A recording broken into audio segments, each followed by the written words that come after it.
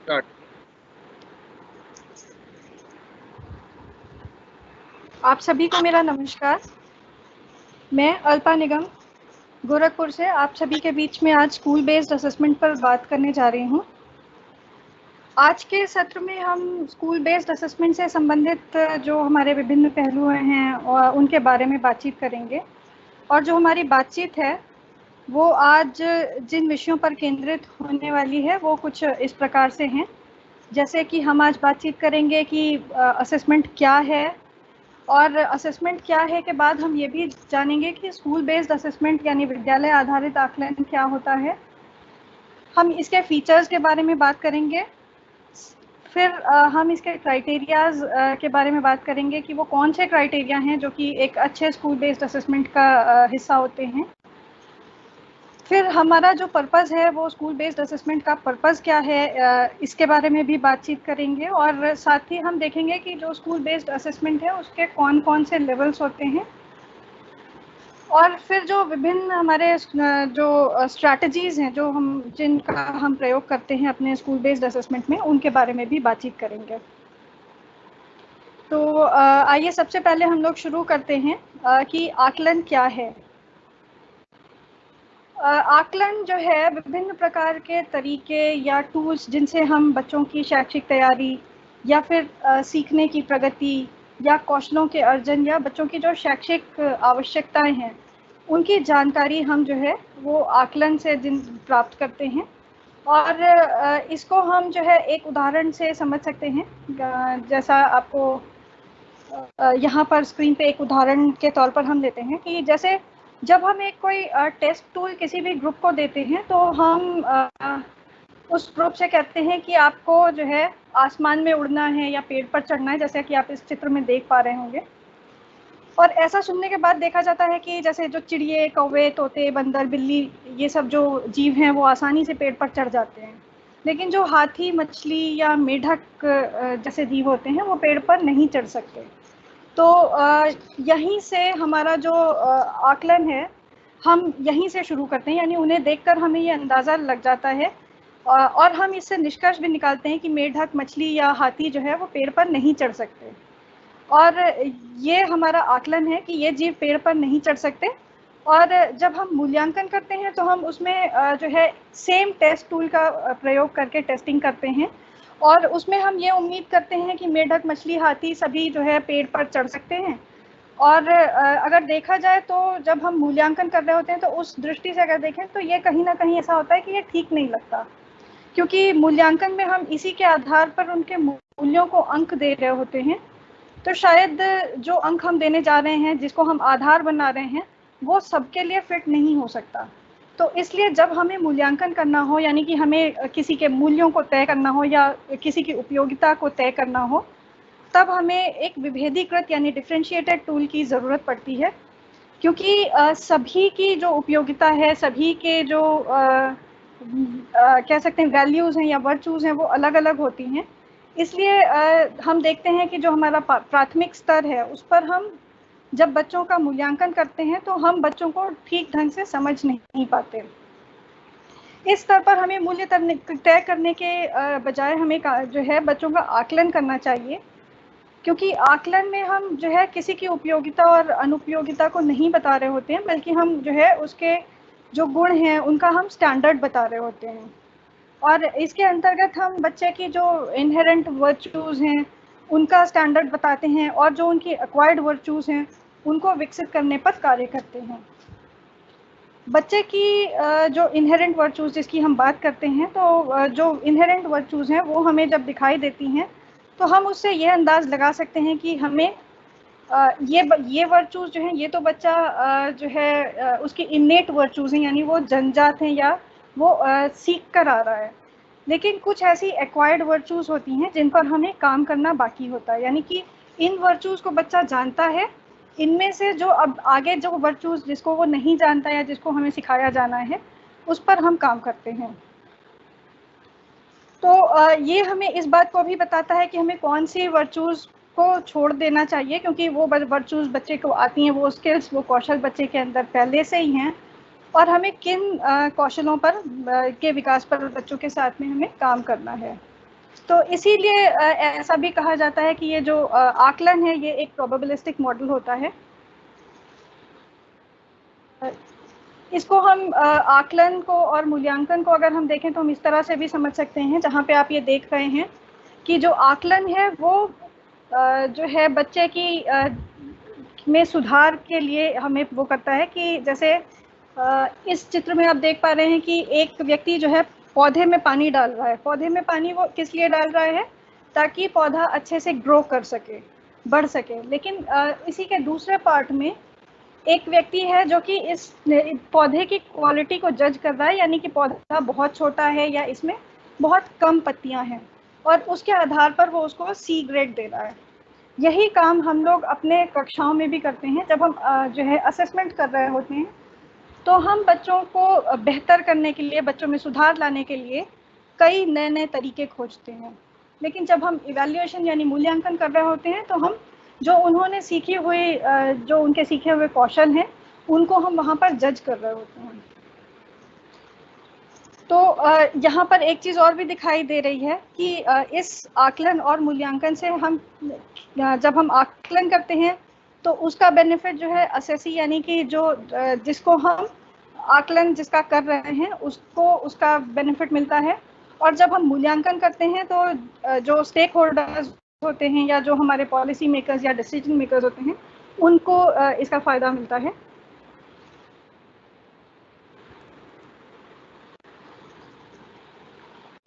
तो इस तरह से हम ये कह सकते हैं कि जो आकलन है वो बच्चों की क्षमताओं और क्वालिटी को बढ़ाता है।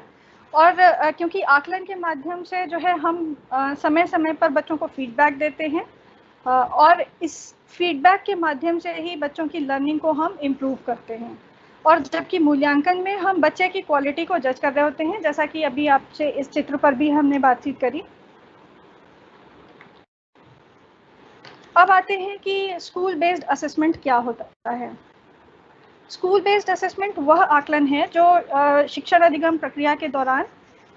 जो हम बच्चे हैं उनके समग्र रूप से जो लर्निंग आउटकम्स हैं उनको ध्यान में रखते हुए कुछ जो निर्दिष्ट दक्षताएं हैं उन्हें अचीव करने में सहायता करता है। साथ ही ये असेसमेंट फॉर लर्निंग की व्यापकता को ध्यान में रखते हुए शिक्षण अधिगम की प्रक्रिया में जो है निहित होता है। साथ ही साथ विद्यालय में शिक्षकों के द्वारा किया जाने वाला आकलन है। इसके साथ एक और ख़ास बात है कि ये छात्र और छात्र यानी स्टूडेंट टू स्टूडेंट, छात्र का छात्र से जब हम असेसमेंट कर रहे होते हैं, बच्चे ही बच्चों का असेसमेंट करते हैं, यानी student to student assessment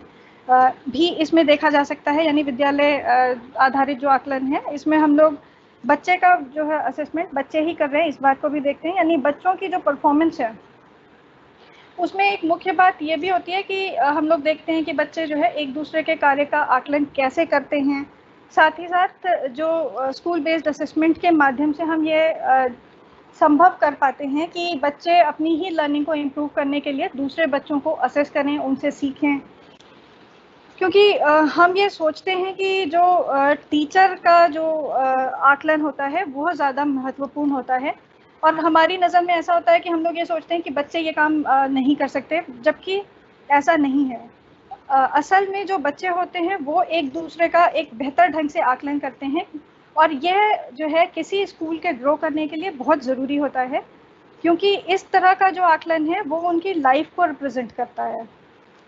for example हम लेते हैं कि अक्सर करके बच्चे जो हैं जब अपने साथी जो उसके क्लास फेलोज़ होते हैं तो उनको अगर ज़्यादा अंक मिलते हैं तो किसी बच्चे की ये प्रतिक्रिया होती है कि भले ही उस बच्चे के जो अंक हैं वो मुझसे ज़्यादा आएँ, लेकिन जो है वो कहीं ना कहीं उसके दिमाग में होता है तो ये बुद्धू ही, किसी तरह से वो किताब को पढ़ कर रट कर जो है ज़्यादा नंबर ले आया है, लेकिन जो इसकी समझ है शायद वो मेरे से कम हो। और बच्चों द्वारा अपने साथी का जो ये आकलन है वही बच्चों की लर्निंग को बढ़ाता है। और ये देखा जाए तो ये सीखने के लिए बहुत ज़रूरी भी है, क्योंकि बच्चों के इस तरह के आकलन के दौरान बच्चे एक दूसरे से सीखते हैं, और बच्चों की यही पीयर लर्निंग जो है वो विद्यालय की लर्निंग को बढ़ाती है, क्योंकि बच्चे आपस में सीख रहे हैं, बच्चे एक दूसरे की कमियों को दूर करने के लिए सीख रहे हैं, खुद की कमियों को दूर करने के लिए सीख रहे हैं। तो ये एक तरह से देखा जाए तो विद्यालय की जो लर्निंग है उसको भी बढ़ाते हैं। और इसी में हम देख रहे हैं सोशल असेसमेंट को भी। तो ये जो स्कूल बेस्ड असेसमेंट है, इसमें हम लोगों को पेरेंट स्टूडेंट असेसमेंट पर भी फोकस करना होगा, क्योंकि अगर हम ऐसा करते हैं तो इसके कई सारे फायदे होते हैं। सबसे पहले तो जो अभिभावक हैं उनको इस बात का पता चलता है कि उनके बच्चे जो है कक्षा में कहाँ स्टैंड कर रहे हैं। कई बार ऐसा भी होता है कि हम ये जानते हैं कि हमारे बच्चे को ये चीज़ आती है और हम जो है रोज़ के रोज़ उससे इंटरेक्ट भी करते हैं, हम उस बच्चे को भी जानते हैं। लेकिन हम जब बच्चे के कक्षा के अन्य बच्चों के साथ में उसको कंपेयर करते हैं, तभी हम इस बात का अंदाज़ा लगा पाते हैं कि हमारा बच्चा कहाँ पर लैग कर रहा है। तो ऐसे में इस बात को हम ये, अगर हम स्कूल से इंटरेक्ट नहीं करते, हम स्कूल में जाके दूसरे बच्चों का असेसमेंट नहीं करते, तो हमें इस बात को समझने में थोड़ी सी दिक्कत होगी कि यह विद्यालय हमारे बच्चों की जो ज़रूरतें हैं उनको किस हद तक पूरा कर पा रहा है। इसको भी एक उदाहरण के तौर पर देखते हैं। जैसे कई बार जो टीचर्स होते हैं वो कहते हैं कि हमने बच्चों को जोड़ घटाना या कह सकते हैं कि प्रतिशत निकालना सिखा दिया है, लेकिन जब वही बच्चा घर में उससे उसके फादर पूछते हैं कि देखो ज़रा कि मम्मी ने कितना खाना बनाया,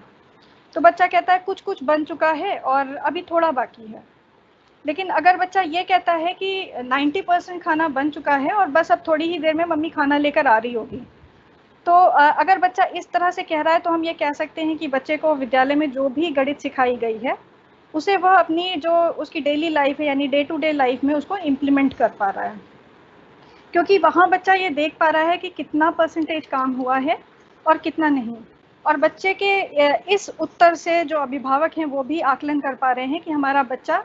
जो स्कूल में सिखाया गया है प्रतिशत निकालना, उसको किस हद तक समझ पाया या सीख पाया है और एप्लीकेशन लेवल पर उसको कहाँ तक ला पा रहा है। तो जो बच्चे का जो असेसमेंट है विद्यालय में आकर करने के लिए, वो जो अगर अभिभावक करते हैं या एसएमसी के सदस्य करते हैं या अगर बीईओ या और भी कोई लोग आके विद्यालय में करते हैं, तो इसे हम लोग सोशल असेसमेंट कहते हैं। इसके लिए जो है हमें करना क्या होगा कि इसके लिए हमें पीटीएम की तरह ही पेरेंट स्टूडेंट्स मीटिंग का आयोजन करना होगा, ताकि जो पेरेंट्स हैं वो अन्य स्टूडेंट्स की जो उपलब्धि है उसको जान सकें और उसके अनुसार अपने बच्चे की उपलब्धि को कंपेयर कर सकें,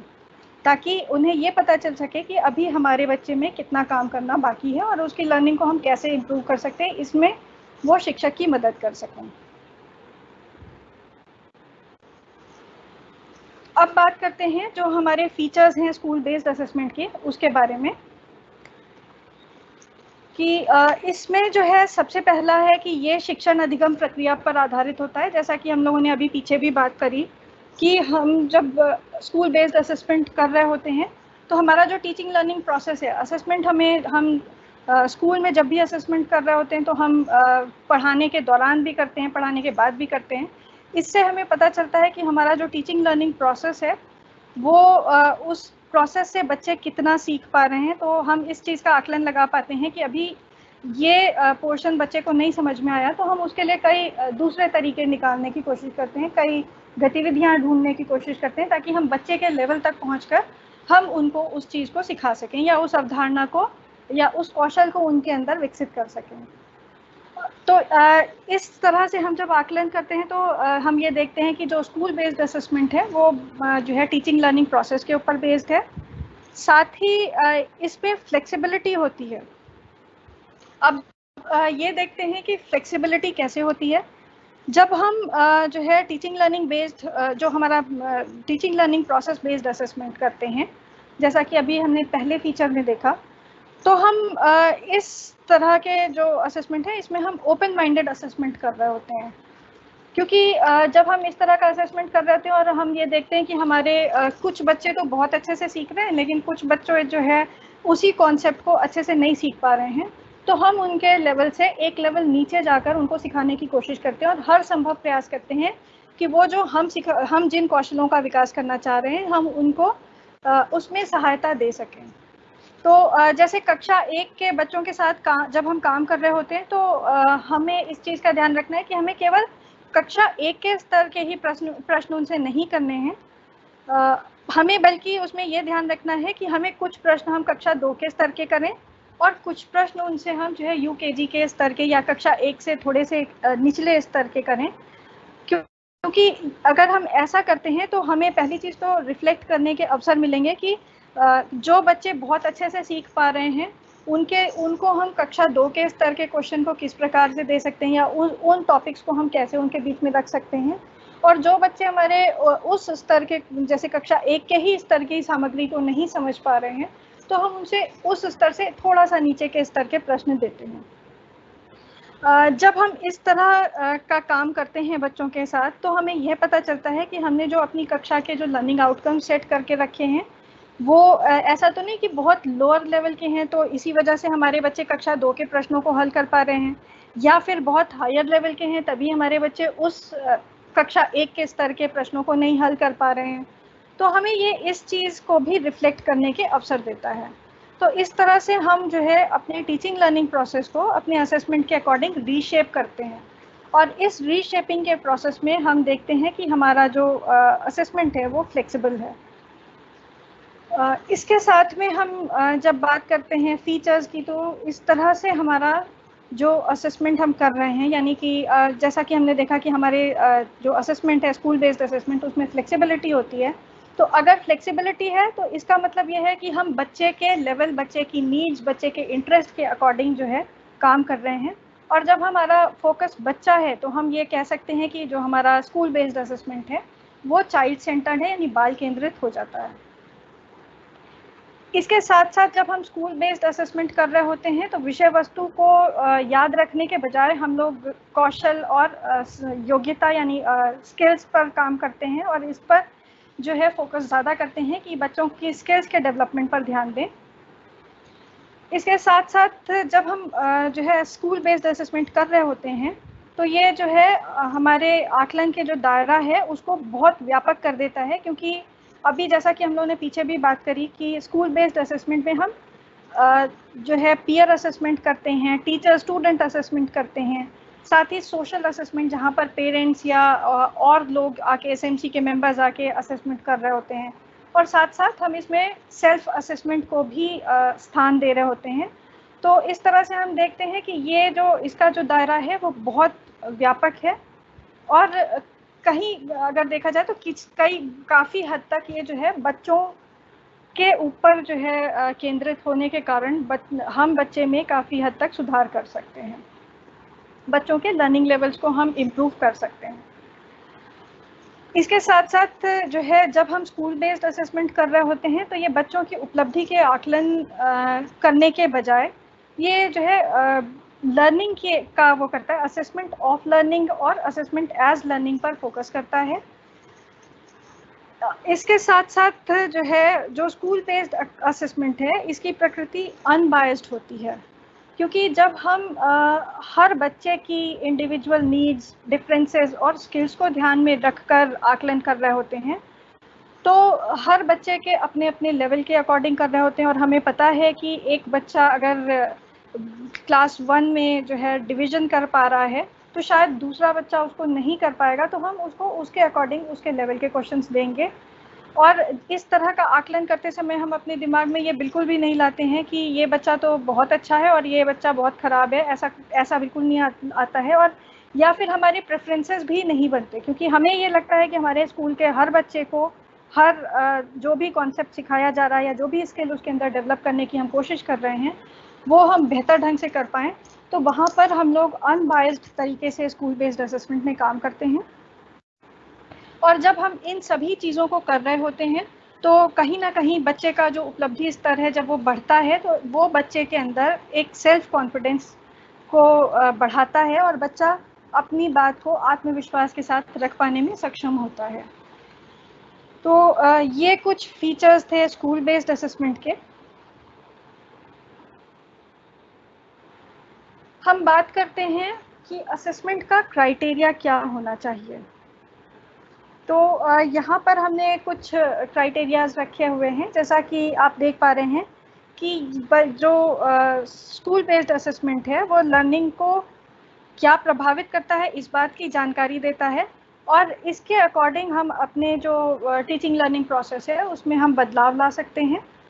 क्योंकि कई सारे ऐसे फैक्टर्स होते हैं जो कि हम क्लासरूम टीचिंग के दौरान या स्कूल में बच्चों के बिहेवियर के दौरान देखते हैं कि हमारे जो बच्चे हैं उनकी लर्निंग कुछ कारणों से नहीं हो पा रही है। तो वो कौन से ऐसे कारण हैं जिनके कारण से बच्चे नहीं सीख पा रहे हैं, उन कारणों को या उन फैक्टर्स को हम जो है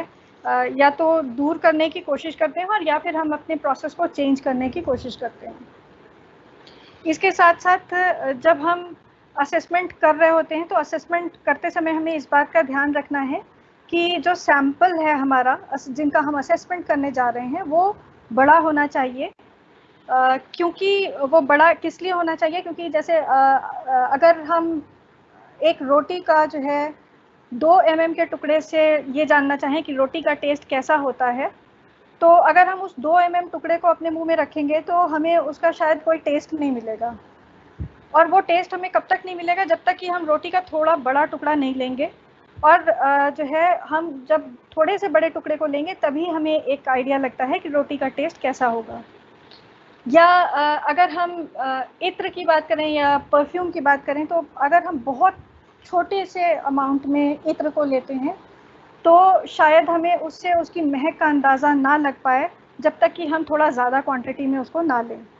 ठीक उसी तरह से अगर क्लास का साइज़ छोटा होगा, यानी हमारे क्लास में कम बच्चे होंगे, तो हम जो है असेस नहीं कर पाएंगे और हमें जो है वहाँ पर थोड़ी सी दिक्कत आएगी कि हम किस तरह से बच्चों के लिए अपनी जो योजनाएं हैं उनको हम बनाएं और हमें जो हमारा टीचिंग प्लान है वो किस तरह से हो। हाँ, लेकिन जब हमारा क्लास का साइज़ छोटा हो तो हम इवैल्यूएशन बच्चे का कर सकते हैं, क्योंकि हम सेम ही टूल से करते हैं और उसमें हमें अंक प्रदान करने होते हैं, तो हम वहाँ पर इवैल्यूएशन कर सकते हैं। पर लेकिन अगर हम बात करें असेसमेंट की, तो असेसमेंट के लिए हमारा जो क्लास का साइज़ है वो बड़ा होना चाहिए।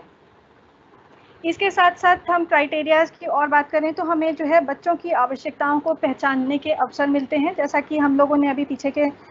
स्लाइड में भी बात करी कि हम जो है जब स्कूल बेस्ड असेसमेंट कर रहे होते हैं तो हम बच्चे के लर्निंग लेवल्स को, बच्चे के जो नीड्स हैं या उसके इंडिविजुअल डिफरेंसेस हैं या स्किल्स हैं, इन सबको ध्यान में रखते हुए जो हमारा असेसमेंट है उसको करते हैं। तो यहाँ पर हम बच्चे की आवश्यकताओं को पहचानते हैं। साथ ही जब हम स्कूल बेस्ड असेसमेंट कर रहे हैं तो हमें वहाँ पर जो टर्मिनोलॉजी है उसका सही प्रयोग करना है। हमें शब्दों के चयन पर ध्यान रखना होगा, क्योंकि हमारे पास जो बच्चे हैं उनके स्तर पे ध्यान देना होगा कि हम क्या उन्हें देने जा रहे हैं,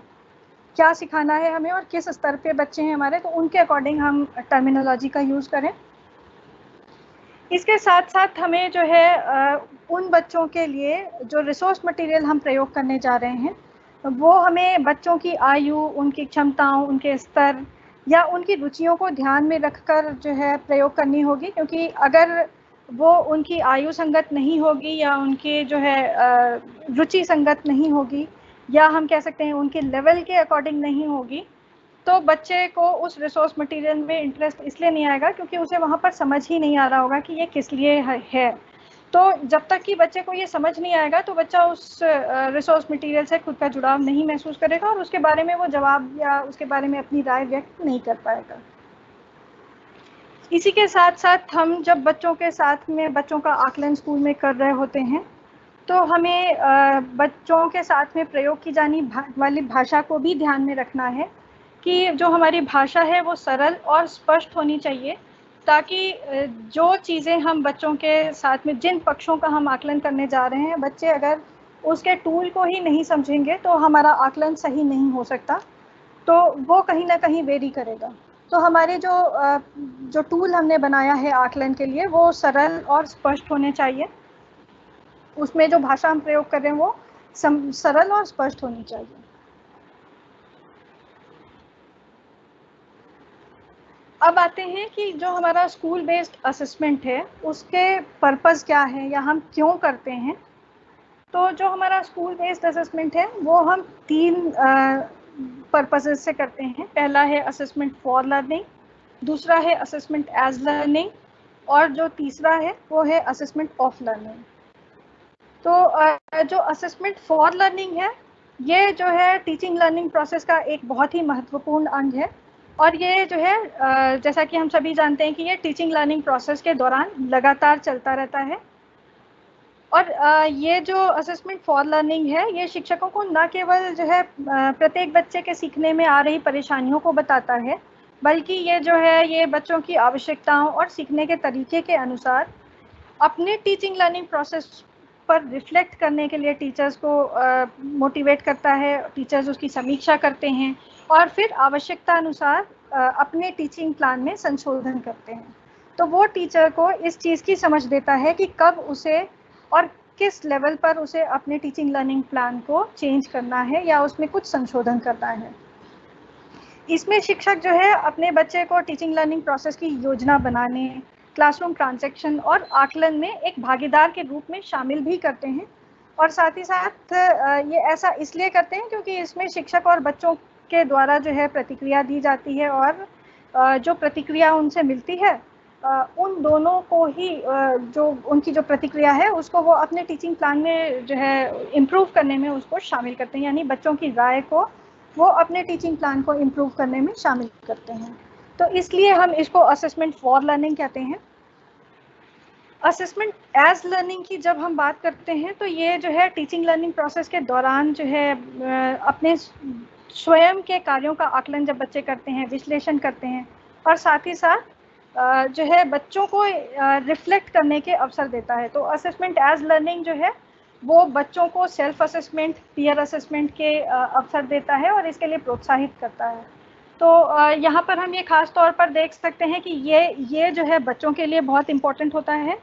और जब बच्चे सेल्फ असेसमेंट करते हैं तो जो टीचर्स हैं वो उन्हें समय समय पर फीडबैक देकर उनकी अपनी लर्निंग पर रिफ्लेक्ट करने के लिए अवसर देते हैं। यानी बच्चे जब कुछ सीख रहे होते हैं या बच्चे जब खुद का आकलन कर रहे होते हैं, यानी मुझे ये आता है कि नहीं आता है, उस दौरान जो है शिक्षक उन्हें समय समय पर फीडबैक देते हैं कि देखो यहाँ पर थोड़ी सी गलती हुई है, यहाँ पर ऐसे करना चाहिए, या यहाँ पर ये चीज़ सही नहीं हुई है तो इसको इस तरह से भी कर सकते हैं। तो बच्चे उस दौरान जब इस तरह की बातचीत देखते हैं या टीचर्स का सपोर्ट देखते हैं तो वो उन्हें रिफ्लेक्ट करने के मौके देता है कि हम इसको और कैसे कैसे कर सकते हैं। अब बात करते हैं असेसमेंट ऑफ लर्निंग की। असेसमेंट ऑफ लर्निंग में पाठ्यक्रम के लक्ष्यों और उद्देश्यों के आधार पर जो स्टैंडर्ड्स हैं, यानी कि प्रोसेस जो है हमारा जो टीचिंग प्रोसेस है या स्किल्स हैं या इंडिकेटर्स जो या फिर आउटकम्स हैं, इसके अनुसार जो है बच्चों के सीखने का हमें मानक बताता है। और ये जो है ये बच्चों के सीखने के बारे में एक व्यापक जानकारी देता है जिसमें पाठ्यक्रम के सभी पहलुओं पर बच्चों की उपलब्धि का आकलन किया जाता है। इसमें जो है बच्चों का विभिन्न विषयों में हम प्रदर्शन देखते हैं, साथ ही साथ हम उनके स्किल्स, उनके इंटरेस्ट या फिर उनको कहाँ से जो है प्रेरणा दी जा सकती है, यानी मोटिवेशन, और फिर बच्चों के ही दृष्टिकोण, इन सभी के साथ साथ हम ये भी देखते हैं कि पाठ्यचर्या और जो पाठ्यसहगामी एरियाज़ हैं, यानी जो हमारे जो करिकुलम है या को करिकुलर एक्टिविटीज़ है या जो हमारा पाठ्यचर्या है, उनका हम कैसे इन क्षेत्रों के साथ में कैसे आकलन कर रहे हैं वो हम असेसमेंट ऑफ लर्निंग में देखते हैं। इसके अंतर्गत शिक्षक प्रत्येक बच्चे की सीखने की प्रगति को रिकॉर्ड करते हैं और उसको रिकॉर्ड करने के लिए एक डायरी या लॉग बुक मेंटेन करते हैं, या फिर कभी कभी ऐसा भी होता है कि बच्चों की कभी कभी क्या अक्सर ही ऐसा होता है कि बच्चों की नोटबुक्स में या वर्कशीट्स में अपने जो कमेंट्स होते हैं वो लिख देते हैं। और जब भी वो इस रिकॉर्ड का जो है दोबारा से उस रिकॉर्ड को देखते हैं, जैसे आज हमने किसी बच्चे को कोई कमेंट दिया है कि आपने बहुत अच्छा किया है, और आज के एक हफ्ते 2 हफ्ते बाद हम फिर से जो है उसको कोई टूल दे रहे हैं, कोई टॉपिक दे रहे हैं जिस पर उसे कुछ लिखना है, उसमें हम देख रहे हैं कि जो हमने पीछे उसको काम दिया था उससे जो आज हमने काम दिया है उसका लेवल कुछ कम है, लेकिन उसमें बच्चे ने स्कोर अच्छा नहीं किया है। तो हम उसका कंपैरिजन करते हैं कि आखिर क्या कारण हो सकते हैं कि इसने जो पीछे हमने काम दिया था उसमें अच्छा स्कोर किया था लेकिन आज वो स्कोर नहीं कर पा रहा है, या हमने जो पीछे उसको कोई काम दिया है और आज हम उससे कंपेयर कर रहे हैं तो उसने अच्छा किया है, तो हम वहाँ पर उसको मोटिवेट करते हैं और हम उसको जो है और अच्छा करने के लिए प्रेरित करते हैं। तो यहाँ पर इस रिकॉर्ड का उपयोग जो है टीचर्स बच्चे के पिछले प्रदर्शन से तुलना कर उसमें सुधार करने के लिए भी करते हैं, क्योंकि जहाँ पर वो ठीक ढंग से काम नहीं कर रहा है, हम उस जगह पर उसको स्कैफोल्डिंग देते हैं और उस पर जो है काम करना शुरू कर देते हैं। विद्यालय में हम लोग जब विद्यालय आधारित आकलन करते हैं यानी स्कूल बेस्ड असेसमेंट करते हैं, तो 2 स्तरों पर हम आकलन कर रहे होते हैं। पहला है फॉर्मेटिव असेसमेंट और दूसरा है समेटिव असेसमेंट। तो जब हम फॉर्मेटिव यानी रचनात्मक आकलन करते हैं, तो इसमें हम पढ़ाते समय ये देखते हैं कि बच्चे ने जो हमने क्लासरूम में उनको सिखाया है या जो हम उनको सिखा रहे हैं, जो हमारे प्रोसेसेस चल रहे हैं या जो अनुभूतियाँ हैं या अभिव्यक्तियाँ हैं या फिर जो ज्ञान उनको वहाँ पर दिया जा रहा है, उसको कितना ग्रहण कर लिया है। और ये जो है कक्षा में पाठ के दौरान बीच-बीच में किया जाता है, क्योंकि ये फॉर्मेटिव है और इसमें एक कौशल को सीखने या नए ज्ञान को प्राप्त करने की प्रक्रिया में बच्चे की समझ को मापने का काम किया जाता है। इससे हमें ये पता चलता है कि बच्चे ने अब तक क्या सीखा है और कितना सीखा है या कैसे सीखा है। इसमें एक चीज़ और भी हमें हेल्प करती है कि जितना अधिक हम ये बात जानते हैं कि बच्चे क्या और कैसे सीख रहे हैं, उतनी ही प्रभावी हमारी आगे की शिक्षण योजना होती है। क्योंकि जब हम बच्चों के साथ में कोई टॉपिक को क्लियर कर रहे होते हैं और हम इस चीज़ को देखते हैं कि अभी हमने अगर फॉर एग्जांपल हम फोटोसिंथेसिस बच्चों को पढ़ा रहे हैं और उस दौरान हमें समझ में आ रहा है कि बच्चे इस चीज़ को नहीं समझ पा रहे हैं, क्योंकि हम उनको खाली बुक रीडिंग से बता रहे हैं या हम बोर्ड पे कोई चित्र बना के बता रहे हैं, तो बच्चों को नहीं समझ में आ रहा है। तो हम क्या करेंगे, अब हम उसके लिए अलग से तरीके ढूंढेंगे। हम बच्चों के साथ में प्रयोग पर आएंगे, बच्चों को प्रयोग करके दिखाएंगे। हम उस एक्सपेरिमेंट के थ्रू दिखाएंगे कि किस तरह से पौधे को बढ़ने के लिए प्रकाश और पानी और वो सनलाइट चाहिए होती है, या जो पानी है उसकी कितनी मात्रा होनी चाहिए, या एयर कितना, मतलब एयर की भी ज़रूरत है। तो इस तरह से हम ये देखते हैं और जब हम इस तरह से बच्चों को सिखाते हैं तो हमें लगता है कि बच्चे अच्छा सीख रहे हैं। तो शायद हम फिर अपने टीचिंग प्रोसेस में एक्सपेरिमेंट्स को ज़्यादा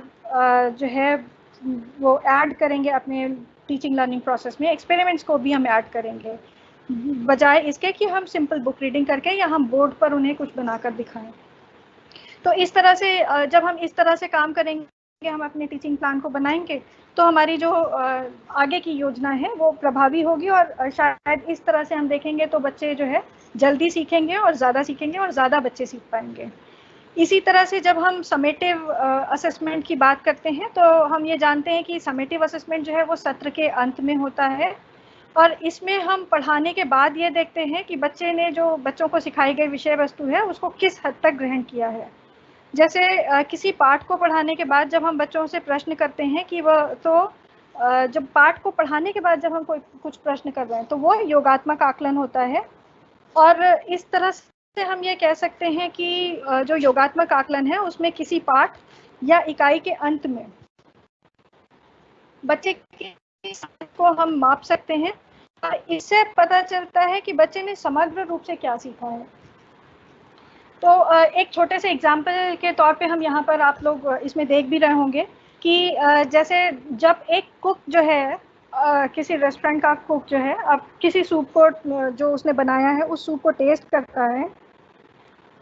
तो उस समय वो टेस्ट करता है और अभी अपने कस्टमर्स के पास नहीं लेके गया है और वहाँ पर वो सोचता है कि इसमें कुछ नमक कम है और हम इसमें थोड़ा सा नमक डाल देते हैं।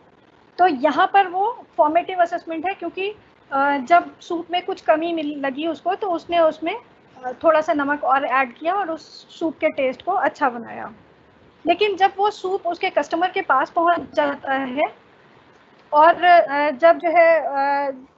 वो कस्टमर्स उसको पसंद करते हैं, तो वहाँ पर जब कस्टमर के पास में वो सूप पहुंच गया, तो वहाँ पर कस्टमर उसका समेटिव असेसमेंट कर रहा है, क्योंकि अब उसके पास ये गुंजाइश नहीं है कि वो वहाँ पर या तो नमक अगर कम है तो उसमें नमक डाल सके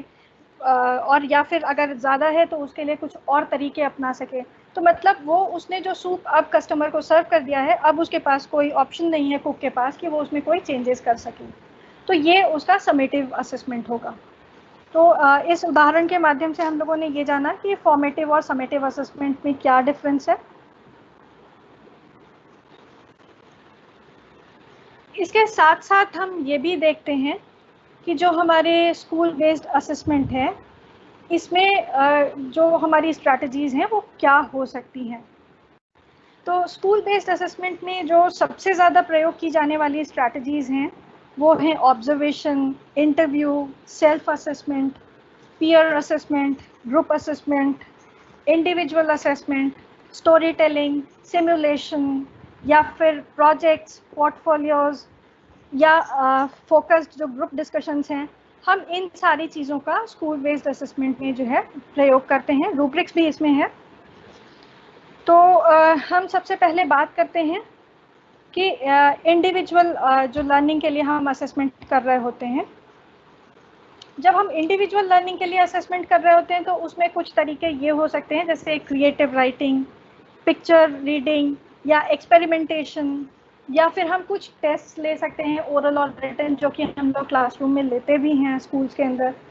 या फिर हम बच्चों को कुछ प्रोजेक्ट्स दे सकते हैं। ड्राइंग और क्राफ्ट वर्क के दौरान भी हम जो है बच्चे की लर्निंग को हम आंक सकते हैं, यानी उसका हम आकलन कर सकते हैं। तो ये कुछ इंडिविजुअल लर्निंग के एग्जांपल्स थे जिन्हें हम इस तरह से देख सकते हैं कि जहाँ पर एक पिक्चर आप देख रहे हैं, तो हम पिक्चर के माध्यम से हम इंडिविजुअल लर्निंग को हम असेस कर सकते हैं। यानी कि बच्चे से कह सकते हैं कि पिक्चर को देखकर कुछ क्वेश्चंस उसको दिए और कहा कि उसका वो आंसर दें, या फिर बच्चे की क्रिएटिव राइटिंग स्किल्स को हम जो है उसका असेसमेंट कर सकते हैं। कुछ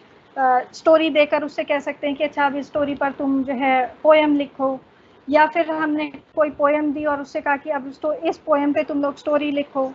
इसके साथ साथ बच्चे कुछ क्राफ्ट का काम करते हैं तो हम क्राफ्ट पर भी उनकी समझ को देख सकते हैं। उनके हम ये देख सकते हैं कि उनके अंदर एस्थेटिक सेंस कितना डेवलप हुआ है, या उनके जो फाइन मोटर स्किल्स हैं किस हद तक डेवलप हो चुके हैं। इसी तरह से हम उनको प्रोजेक्ट वर्क दे सकते हैं। साथ ही हम चाइल्ड जर्नल्स को बनाने के काम भी दे सकते हैं। तो ये कुछ आइडियाज़ हैं जो हम लोग इंडिविजुअल लर्निंग को असेस करने के लिए कर सकते हैं। इसके साथ साथ ये कुछ और एग्जांपल्स हैं जहाँ पर हम बच्चों से जो है कुछ सूखे पत्तियों के माध्यम से कुछ पिक्चर्स बनाने को, जैसे कई आजकल हम लोग देखते हैं प्रोजेक्ट में कि बच्चे जानवरों के वो बनाते हैं, पिक्चर्स बनाते हैं कुछ सूखी सूखी पत्तियों को यूज़ करके। इसके साथ साथ जो है हम उनसे ऑब्जर्वेशन के लिए कह सकते हैं कि बच्चे अपने आसपास की चीज़ों को ऑब्जर्व करें और उसमें जो भी पैटर्न्स उन्हें दिखाई दे रहा है उसको जो है नोट करें कहीं, या उसको ओरली बताएं, क्योंकि अगर बच्चे छोटे हैं तो वो ओरली बताएं। इसके साथ साथ हम उनसे ये भी कह सकते हैं कि आप कुछ पौधों के नाम बताएं और कुछ ऐसे पौधों के बारे में भी नाम बताएं जिनको कि आप जो है सुना तो है आपने लेकिन अभी तक देखा नहीं है। तो हम इस तरह से भी कुछ उनको इंडिविजुअल असेसमेंट उनका कर सकते हैं। तो ये कुछ आइडियाज़ हैं जो कि हम इंडिविजुअल असेसमेंट के लिए यूज़ कर सकते हैं। इसी के साथ साथ हम उनसे ये भी कह सकते हैं कि घर पे जो है आपको पीने का पानी कहाँ से मिलता है, या आपका ये जो पीने का पानी है ये कहाँ से आता है, या आप कहाँ स्टोर करते हैं। इस तरह के कुछ हम उनको छोटे छोटे प्रोजेक्ट्स या छोटे छोटे असाइनमेंट्स दे सकते हैं जिस पर वो काम कर सकें। और ये सारे के सारे काम हम इंडिविजुअल असेसमेंट में करते हैं।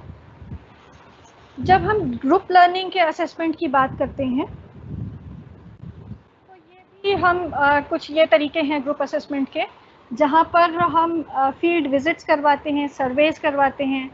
और आर्ट वर्क बच्चों को देते हैं ग्रुप में करने के लिए, और साथ ही साथ कुछ एक्सपेरिमेंट्स बच्चे करते हैं, प्रोजेक्ट्स करते हैं। तो ये जो चीज़ें हैं यहाँ पर हम बच्चों की ग्रुप लर्निंग को असेस कर रहे होते हैं कि बच्चे एक साथ किस तरह से काम कर रहे हैं, उनके अंदर टीम स्पिरिट कितनी है, या उनके अंदर लीडरशिप क्वालिटीज़ कितनी हैं। तो हम इस तरह से उनकी लर्निंग को भी असेस करते हैं और उनके जो उनके बिहेवियर को या उनके जो उनके व्यक्तित्व में जो भी क्वालिटीज़ हैं उनको भी हम असेस कर रहे होते हैं।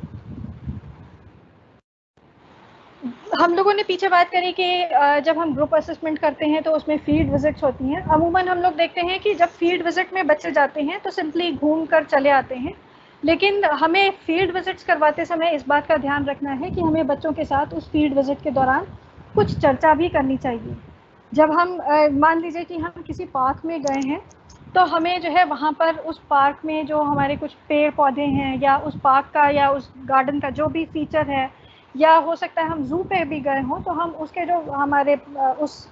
पर्टिकुलर फील्ड विजिट के जो भी फीचर्स हैं हम उसके बारे में बात करें। फिर अगर हमने वहाँ पर कुछ पेड़ पौधे हैं तो उनके पत्तियों के आकार के बारे में बातचीत कर सकते हैं, या फिर वहाँ पर जो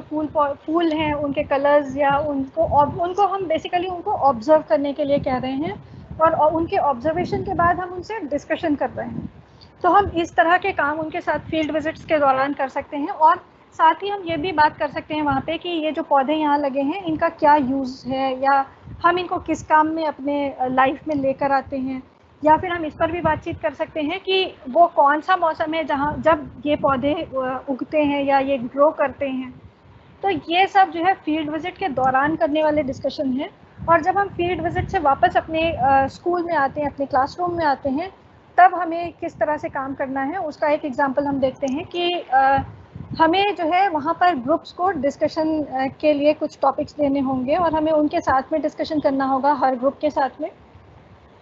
और उनके साथ जब हम डिस्कशन कर रहे होंगे तो हम उनसे बात करेंगे कि आपने फील्ड विजिट में क्या क्या कौन कौन से पौधे ऑब्जर्व किए, कौन से पौधे ऐसे थे जिनका जो तना था वो बहुत मोटा था, कौन से ऐसे पौधे थे जिनके तने को बहुत पतला कह सकते हैं, जो बहुत पतले थे। फिर उसके बाद में हम उनसे बात कर सकते हैं कि कुछ पौधे, जैसे कि कुछ पौधे होते हैं जिनके जो तने हैं या जो जिनके ब्रांचेस हैं या जिनके जो तने हैं वो बहुत रफ होते हैं, यानी खुरदुरे होते हैं, या फिर कुछ होते हैं जो बहुत चिकने होते हैं। तो हमें उनसे ये बात करनी होगी तुम लोगों ने उस विजिट में कौन से ऐसे तने देखे जो कि बहुत चिकने थे या जो बहुत रफ थे। इसके साथ साथ हम मतलब हम पूरी तरह से उनके ऑब्जर्वेशन को फोकस करते हुए क्लासरूम में जो है कुछ इस तरह की एक्टिविटीज़ करा सकते हैं जहाँ पर वो आपस में चर्चा कर रहे हों। इस तरह की चर्चा से बच्चों के अंदर अपने तर्क को रखने की क्षमता विकसित होती है, अपनी बात को, अपने विचार को रखने की क्षमता विकसित होती है, और साथ ही साथ उनमें एक जो है जो आसपास चीज़ें हो रही हैं उसका अवलोकन करने की क्षमता विकसित होती है। तो जब बच्चे अवलोकन करते हैं तो वो किसी चीज़ को एनालाइज भी करते हैं, और अवलोकन करते समय जब ये एनालिटिकल थिंकिंग करते हैं तो उनके अंदर जो है कई सारे और कौशल भी विकसित होते हैं। ग्रुप लर्निंग असेसमेंट के बारे में हम लोगों ने बात करी थी, तो ये कुछ उसके जो तरीके यहाँ पर हम लोगों ने पीछे बात करी है, उन तरीकों को हम यहाँ पर देख सकते हैं। अब बात करते हैं पीयर असेसमेंट की। हम लोगों ने पीछे बात भी करी है कि पीयर असेसमेंट क्या होता है। पीयर असेसमेंट में बच्चे अपने साथियों का आकलन करते हैं, जिसके अंतर्गत वे अपने साथियों को उनके कार्य पर फीडबैक देते हैं या ग्रेड देते हैं, और इसके साथ साथ वो जो है किसी के बारे में अपनी राय और अपने विचार व्यक्त कर सकते हैं। जैसे कई बार ऐसा होता है कि हम अगर उनसे ये कहें कि तुम इस बच्चे के साथ, तुम्हारा ग्रुप इस बच्चे के साथ में बनाया है, तुम इसके आंसर्स को तुम देखो कि इसने कहाँ गलती की है। तो बच्चा उसको देखता है और फिर सोचता है कि हमने ऐसे लिखा था और इसने ऐसे लिखा है, और अगर उसके अंदर वो समझ नहीं विकसित हुई है तो शायद वो ये भी सोच सकता है कि इसने ऐसे लिखा है और हमने ये चीज़ नहीं लिखी है।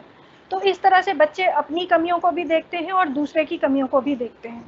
और साथ में बच्चे सीख पाते हैं। और इसके साथ साथ बच्चे इस चीज़ को भी असेस करते हैं कि जो उसने काम किया है उसका बेस्ट पार्ट क्या है, या इसमें क्या चीज़ बहुत इंटरेस्टिंग दिख रही है, या फिर वो क्या चीज़ ऐड करे कि हम इसको और बेहतर बनाया जा सके। तो इस तरह की चीज़ें बच्चे जब सोचते हैं और बच्चे जब पीयर असेसमेंट करते हैं तो इस तरह का जो समझ है बच्चों में वो विकसित होती है।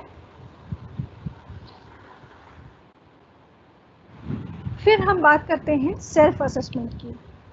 सेल्फ असेसमेंट जैसा कि नाम से ही स्पष्ट है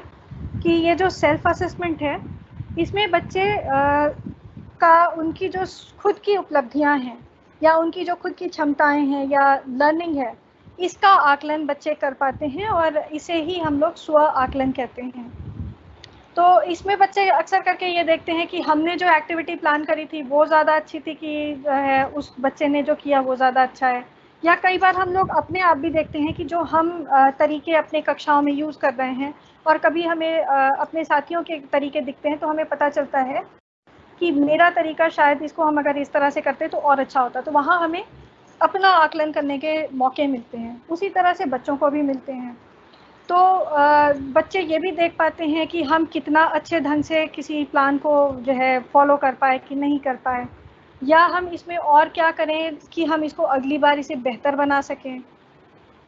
तो और साथ ही साथ वो ये भी देखते हैं कि हमें क्या अभी किसी की हेल्प की ज़रूरत है कि नहीं है, या अभी तक तो मैंने टीचर की हेल्प के साथ में ये काम किया था, अब शायद मैं अपने आप कर सकता हूँ, तो मैं करके देखूँ कि मैं ये कर सकता हूँ कि नहीं कर सकता हूँ। और अगर बच्चे करके देखने में उसे सफल हो जाते हैं तो उन्हें वो अपना ये आकलन कर पाते हैं कि नहीं, अब मैं बिना किसी हेल्प के इस काम को कर सकता हूँ। तो यहाँ पर बच्चे सेल्फ असेसमेंट कर रहे होते हैं।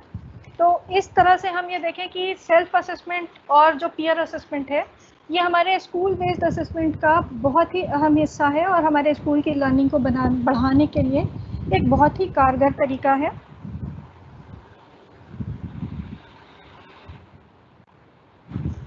इसके बाद में हम रूब्रिक्स की बात करते हैं, क्योंकि जब हम सेल्फ असेसमेंट कर रहे होते हैं या इवन पीयर असेसमेंट भी कर रहे होते हैं तो हमारा जो रूब्रिक है वो बहुत हेल्पफुल होता है। और रूब्रिक है क्या? ये जो है ये किसी जो हमारा कोई विशेष कार्य है या विशिष्ट कार्य है जिस पर हम बच्चों का आकलन जो है करने जा रहे हैं, उसके लिए हम प्रयोग करने वाला ये कुछ ब्रॉडर स्टैंडर्ड्स के साथ में जो हम ग्रुप या हम कुछ समूह बनाते हैं कुछ प्रश्नों का, कुछ जो स्टैंडर्ड्स हैं उनका, उसे हम रूब्रिक्स कहते हैं। और ये जो है अगर हम इसको देखें तो ये स्पष्ट रूप से बच्चे के लिखित से मौखिक तक किसी भी प्रकार के कार्य को के सभी फैक्टर्स को जो है दर्शा सकता है। वो उन फैक्टर्स में जो बच्चे के अचीवमेंट लेवल हैं उसको भी दर्शाता है। जैसे हमने बच्चे को कुछ टॉपिक्स दिए, कुछ पॉइंट्स दिए और बच्चा जो है सेल्फ असेसमेंट कर रहा है, तो उसमें वो देख पाता है कि हम अभी इस काम को नहीं कर पा रहे हैं, हम इससे नीचे के काम को कर पा रहे हैं। तो उसके अकॉर्डिंग बच्चा फिर जो है अपने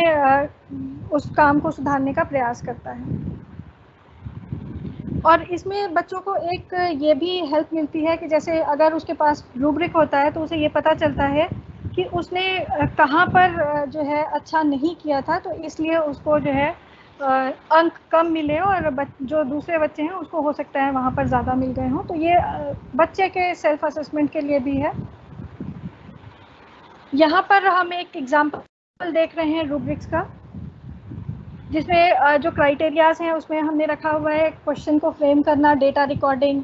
कंक्लूजन ड्रॉ करना, रिपोर्टिंग और वर्किंग टुगेदर। तो इसमें हमने 3 लेवल्स में बांटा हुआ है, जिसमें लेवल 1, लेवल 2 और लेवल 3 में है। लेवल 1 में जो है फ्रेमिंग ऑफ क्वेश्चंस होती है, जहाँ पर बच्चे पीयर्स के साथ में यानी अपने साथियों के साथ में जो है क्वेश्चन फ्रेम कर रहे होते हैं। इसके बाद में जो है दूसरे लेवल पे इसी क्राइटेरिया पर देखें तो बच्चे क्या करते हैं कि नए क्वेश्चन तो बच्चे बनाते हैं, लेकिन जब उसको फाइनलाइज करते हैं तो वो उसमें या तो अपने टीचर की सहायता लेते हैं या अपने साथियों की सहायता लेते हैं। और जब बच्चा लेवल 3 पे आता है तो वो उन प्रश्नों को इंडिपेंडेंटली फ्रेम कर पाता है। इसी तरह से जब हम दूसरे क्राइटेरिया पे आते हैं डेटा रिकॉर्डिंग की, तो जब पहले लेवल पे आता है तो उसका जो डेटा रिकॉर्डिंग है वो जो उसमें रिस्पॉन्स हैं वो बहुत ऑर्गेनाइज्ड नहीं होते हैं। फिर दूसरे लेवल पे क्या होता है कि सिस्टमैटिकली जो है वो डेटा को रिकॉर्ड करता है और जो इंफॉर्मेशन है उसको सिस्टमैटिकली अरेंज करता है। लेकिन यहाँ पर उसके प्रेजेंटेशन में जब बात करें तो वो प्रेजेंट नहीं करता है। तीसरे लेवल पर जब आता है तो वो डेटा को जो उसका जो इंफॉर्मेशन उसने कलेक्ट की है उसको रिकॉर्ड भी करता है और उसे प्रेजेंट भी कर लेता है। इसी तरह से जब हम निष्कर्ष निकालने की बात करें तो वो जो उसने अपनी जानकारी या अपने जो उसने इंफॉर्मेशन कलेक्ट की है उससे कुछ निष्कर्ष निकाल पाता है, कुछ उसके बारे में कुछ समझ बना पाता है। लेकिन अभी लेवल 1 में वो जो है बहुत क्लियर सेंस नहीं बना पाता उसका, लेकिन जब लेवल 2 पे आता है तो वो उसकी जो सही मीनिंग है उसको निकाल पाता है। और जब लेवल 3 पे आता है तो वो सही मीनिंग तो ड्रॉ कर भी पाता है और साथ ही साथ उसको लॉजिकली एक्सप्लेन करता है। तो इस तरह से हर क्राइटेरिया में एक एक लेवल पर जो है किस तरह से बच्चा काम कर सकता है, और बच्चा खुद ये असेस कर सकता है कि अभी वो अपने साथियों के साथ क्वेश्चन फ्रेम कर रहा है तो वो लेवल 1 पे है, या अभी उसने जो डेटा रिकॉर्ड किया है दूसरों की तुलना में वो उतना सिस्टमैटिक या उतना ऑर्गेनाइज्ड नहीं है, तो वो अभी लेवल 1 पे है, या उस डेटा को वो जो है कंक्लूजन उससे नहीं ड्रॉ कर पा रहा है या उसके बारे में तर्क नहीं दे पा रहा है जो उसने कंक्लूजन ड्रॉ किया है, तो वो अभी जो है लेवल 2 पर है, क्योंकि वहाँ पर वो एप्रोप्रिएट मीनिंग तो निकाल रहा है लेकिन उसको लॉजिकली एक्सप्लेन नहीं कर पा रहा है। तो इस तरह से रिपोर्टिंग और जो साथ काम करने का है उसको भी देखते हैं कि रिपोर्टिंग में बच्चे रिपोर्ट तो बनाते हैं लेकिन जब प्रेजेंट करने की बारी होती है तो वो अनश्योर होते हैं। कई बार हम लोग के साथ भी ऐसा होता है कि कोई चीज़ हम लोग काम करते हैं लेकिन जब प्रेजेंटेशन की बारी होती है तो हम लोग को लगता है कि हम ये कर पाएंगे कि नहीं। तो वहाँ पर अगर हम देखें तो बच्चे जब रिपोर्ट बना रहे हैं लेकिन अपने प्रेजेंटेशन के लिए श्योर नहीं है तो वो लेवल 1 पे हैं। जब लेवल 2 पे आते हैं तो बच्चे रिपोर्ट्स बनाते हैं और उसे कॉन्फिडेंस के साथ में प्रेजेंट करते हैं। जब लेवल 3 पे आते हैं तो वो समझ के साथ में उस रिपोर्ट को प्रेजेंट करते हैं और उसके साथ ही साथ उसको प्रेजेंट करते समय उनके अंदर कॉन्फिडेंस दिखता है और वो उसको तर्क संगत ढंग से एक्सप्लेन कर पाते हैं। इसी तरह से वर्किंग टुगेदर की बात करें तो शुरुआत में जब लेवल 1 में जो है कई बार ऐसा होता है कि उसको दूसरों के साथ काम करने में समस्या आती है लेवल 1 में। लेवल 2 में वो जो है पेशेंटली दूसरे समूहों के साथ में काम कर पाता है, और जब लेवल 3 में आते हैं तो वो समूहों में बहुत ही पेशेंटली काम करता है और साथ ही साथ दूसरों की मदद कर पाता है। तो ये एक इस तरह का हम रूब्रिक बना सकते हैं बच्चों के साथ में, बच्चों के लिए, ताकि बच्चे अपना सेल्फ असेसमेंट कर सकें, इवन पीयर असेसमेंट भी कर सकते हैं इससे। तो ये रूब्रिक्स हम लोगों को बच्चों की लर्निंग में काफ़ी हेल्प करेगा। इस तरह के कई रूब्रिक्स हम बना सकते हैं, चाहे वो किसी विषय को लेकर हो, चाहे वो किसी स्किल को लेकर हो, हम ये बना सकते हैं। अब बात करते हैं पोर्टफोलियो की। तो पोर्टफोलियो क्या है? ये जो है वो बच्चों के द्वारा किए गए हर प्रकार के कार्यों का एक संग्रह है, जो कि बच्चे के जो कार्य हैं जैसे कि वर्कशीट है या प्रोजेक्ट है या क्रिएटिव राइटिंग है या पेंटिंग है या ड्राइंग है या क्राफ्ट है, इवन जो एग्ज़ाम्स होते हैं वो भी है, इंटरेस्ट है, इन सभी में बच्चे की जो दक्षताएं हैं और यहाँ तक कि उनकी समस्याओं को भी इसमें हम शामिल करते हैं कि बच्चे को ये नहीं आता है। तो इसमें हम जब देखते हैं तो हम पूरी तरह से बच्चे का एक पोर्टफोलियो तैयार करते हैं और इसमें हम हर लेवल पे बच्चा कहाँ पर है, क्या है, इस तरह से उसको हम दर्ज करते हैं। हम किन किन विषयों में कैसे कैसे पोर्टफोलियोज तैयार कर सकते हैं, हम पोर्टफोलियो में क्या क्या चीज़ें शामिल करेंगे, उसको हम इस तरह से देखते हैं कि जब हम साइंस के पोर्टफोलियोज बना रहे होते हैं तो साइंस में हम चार्ट्स, ग्राफ्स बना सकते हैं, प्रोजेक्ट्स दे सकते हैं, एग्जाम्पल्स हो सकते हैं, उसमें पोस्टर्स हैं, lab reports, research reports, tests और स्टूडेंट्स के रिफ्लेक्शंस। जब हम स्टूडेंट्स के रिफ्लेक्शन ले रहे होते हैं, यानी कि हम बच्चों का एक तरह से कह सकते हैं कि बच्चे पीछे विचार करें कि उन्होंने क्या काम किया, कितना अच्छा हुआ, कितना नहीं अच्छा हुआ, उस चीज़ को वो रिफ्लेक्ट करके लिख के देते हैं। तो या तो हम वो फीडबैक उनसे वीकली ले सकते हैं, मंथली भी ले सकते हैं, और हम 2 महीने में एक बार भी ले सकते हैं।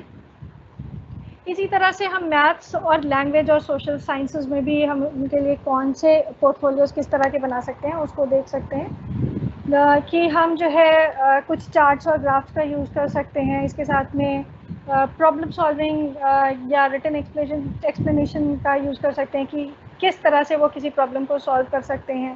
साथ ही हम जो है कंप्यूटर एनालिसिस को कंडक्ट कर सकते हैं। इसी के साथ जब हम भाषा की बात करें तो हम रीडिंग लॉग्स बना सकते हैं, उसमें जो अलग अलग तरह की राइटिंग्स होती हैं उनको उन पे भी फोकस कर सकते हैं, पोएम्स, एसेज, लेटर्स या वोकेबुलरीज। इस तरह पे हम जो है उनका रूब्रिक्स तैयार कर, वो पोर्टफोलियो तैयार कर सकते हैं। साथ ही हम टेस्ट का यूज़ कर सकते हैं, बुक समरीज और रिपोर्ट्स का ड्रामेटाइजेशन आजकल बहुत प्रचलित है। साथ ही जो है कुछ ऐसी कहानियों को भी जिनका कि हम अंत बदलने की बात करें, यानी कुछ क्रिएटिव एंड देने की बात करें, तो हम इस तरह से भी बात कर सकते हैं। और सोशल साइंसेज में देखें तो वर्कशीट्स, एसेज, प्रोजेक्ट्स, मॉडल्स, क्योंकि सोशल साइंस है तो हम वहाँ पर मॉडल्स की बात करते हैं, मैप वर्क्स की बात करते हैं, सेल्फ असेसमेंट, पिक्चर्स, ऑब्जर्वेशंस, या फिर हम एक्सपीरियंसेस और एनेक्डोटल रिकॉर्ड्स की बात करते हैं। तो ये कुछ एग्जांपल्स थे। तो आज हम लोगों ने इस बारे में ये जाना कि हमारा जो असेसमेंट है, जो स्कूल बेस्ड असेसमेंट है, उसके क्या जो फीचर्स होते हैं या उसके क्या क्राइटेरिया है, या ये क्यों हम करते हैं बच्चों के साथ में, या हम ये भी हमने देखा कि जो स्कूल बेस्ड असेसमेंट है या जो असेसमेंट और इवैल्यूएशन है उसके बीच में क्या अंतर है। इन सारी चीज़ों को हमने आज के सेशन में जाना। मेरी बातों को बहुत ध्यान से सुनने के लिए आप सभी को बहुत बहुत धन्यवाद।